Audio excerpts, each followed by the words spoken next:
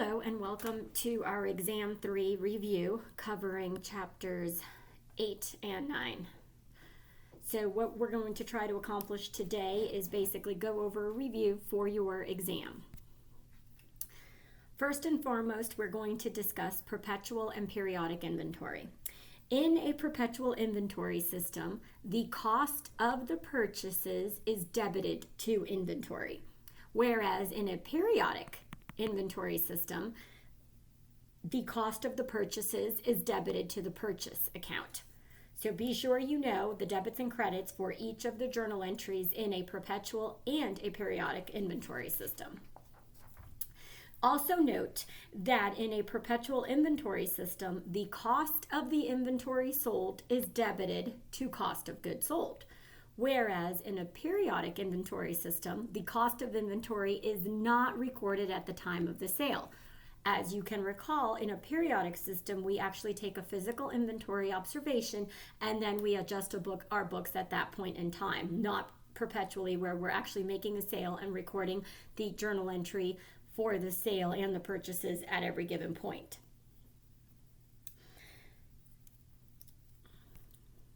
So now your ending inventory, basically, if you just look at our inventory T account, right, we have our beginning balances, and then we have our purchases or our goods in transit that are in FOB destination. Then we includes our cost, and then we are actually taking the cost of goods sold out to get our ending balance. So note your ending inventory equals your cost plus your goods in transit if they are FOB destination. Because remember, you cannot record revenue under FOB destination until it is received at its location. Whereas FOB shipping point, you're able to record the revenue at the time of shipment. So what does inventory include? Well, it includes assets in your normal course of business. It includes materials that you're used in production, and it includes assets that are currently in production. Note, office equipment is not one of those assets that it includes.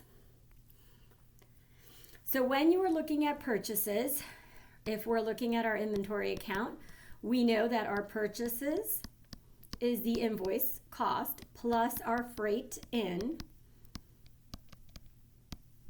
And then we do subtract any purchase discounts to get your net purchases.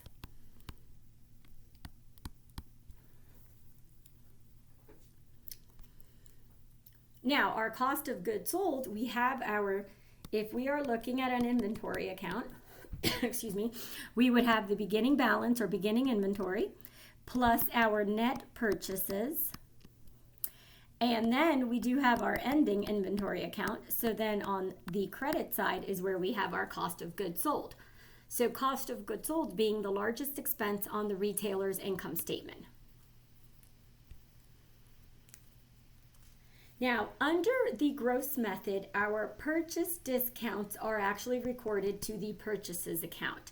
But under the net method, that is actually recorded in interest expense. Please be sure you know the differences between the gross method and the net method of recording inventory. Note that the gross profit method, you really don't need to know cost of goods sold to calculate ending inventory. As you noticed back here, you don't really need to know that amount because you kind of work towards it. Right, so you have your beginning balance, you have your purchases, and you do have your ending inventory, so you really don't need to know the cost of goods sold.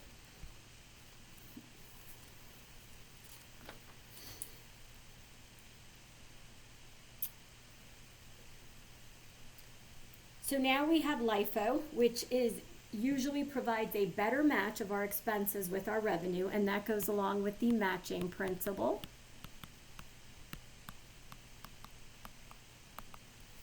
IFRS, International Financial Reporting Standards, IFRS, International Financial Reporting Standards, does not allow for LIFO. LIFO is only used in the U.S. The use of LIFO during periods of inflation will result in a significant cash flow advantage over your FIFO inventory.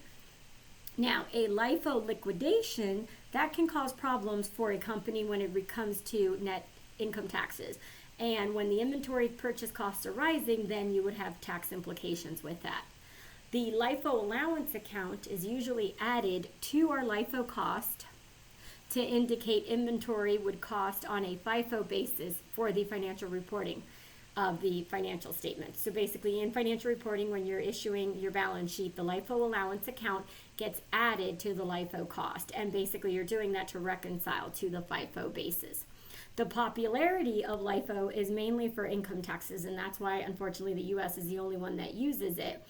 But when costs rise and our quantities are about the same, the cost of goods sold is lower under average cost than LIFO.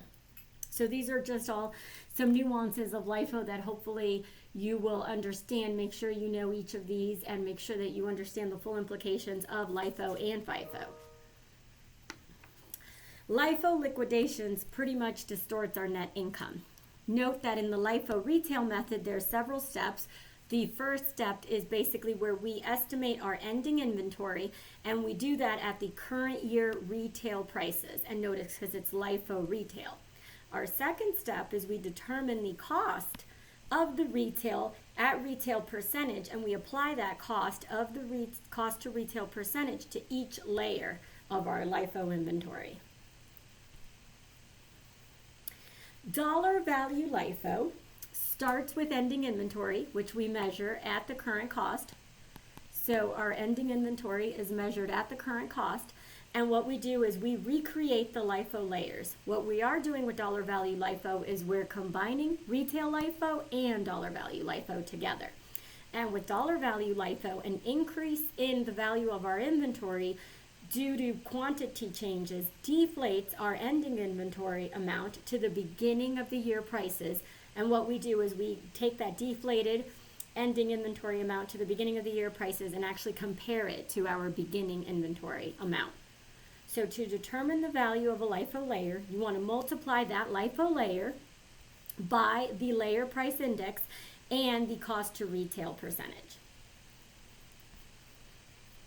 FIFO, in a period when costs are falling and inventory quantities are stable, LIFO will give you the lowest taxable income. So FIFO allows you to have the lowest taxable income when costs are falling and inventory quantities remain the same. Lower of cost or market, LCM, cannot be greater than net realizable value. So lower of cost or market cannot be greater than net realizable value. This cannot happen. IFRS inventory is valued at the lower of cost or market and net realizable value. So IFRS compares the two. Lower of cost or market has been criticized to not allow for consistency. So it does not allow for consistency. So lower of cost or market, that's an argument against that valuation. Then we're going to turn our attention to the retail method versus the LIFO retail method. So we have the retail method and the LIFO retail method. Let's start with the retail method. Notice our denominator. Make sure you know the formulas for both. Have those memorized. Note that the denominator in your retail method includes net markups, includes net markups, not markdowns, not net markdowns. So it includes net markups, which is different from your LIFO retail method because the net markups and the net markdowns are included. So make sure you know both formulas. The cost to retail percentage method under the retail method does not include freight in, and net markups are included. So no freight in, but net markups are included. So this is no and this is yes. So net markups are included.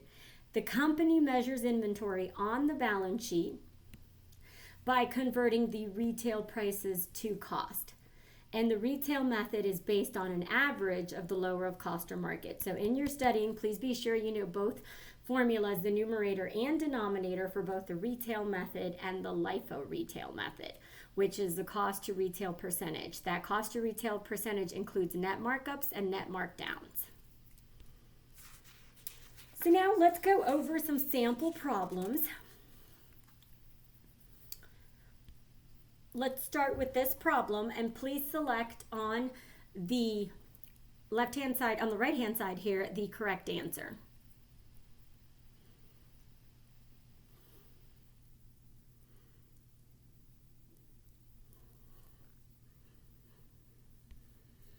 So hopefully you obtained the correct answer as 520, right? So you have your net realizable value as 590, and your net realizable value is designated at the 520, which would be the replacement cost.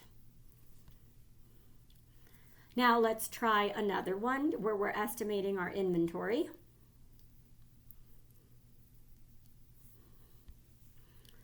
And hopefully you've got 68,200. You have your cost to retail, and you get the cost to retail percentage, and then you apply that percentage to your estimated ending inventory amount.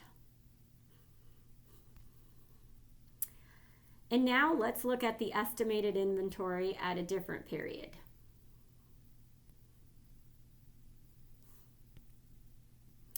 And then we do the same thing as we did previously, where we're taking our cost to retail percentage and applying that to our ending inventory balance. And now let's check out this problem.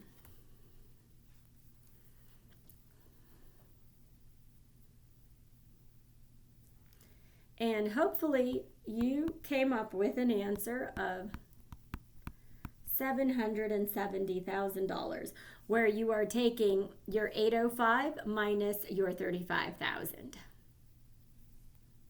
So you are actually taking your sales price minus your disposable cost to get your lower of cost or market or net realizable value of $777,000, because that is less than the cost.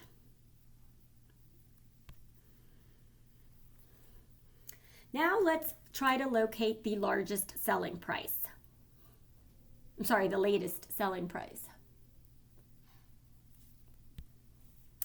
And hopefully you have the cost, the markup, less the markdown, and add back the markdown cancellation. So this concludes our review for your exam. Please note that there will be 50 multiple choice questions. Each question is worth 2 points. They are all weighted the same. And the total exam is worth 100 points, or 10% of your grade. Best of luck studying.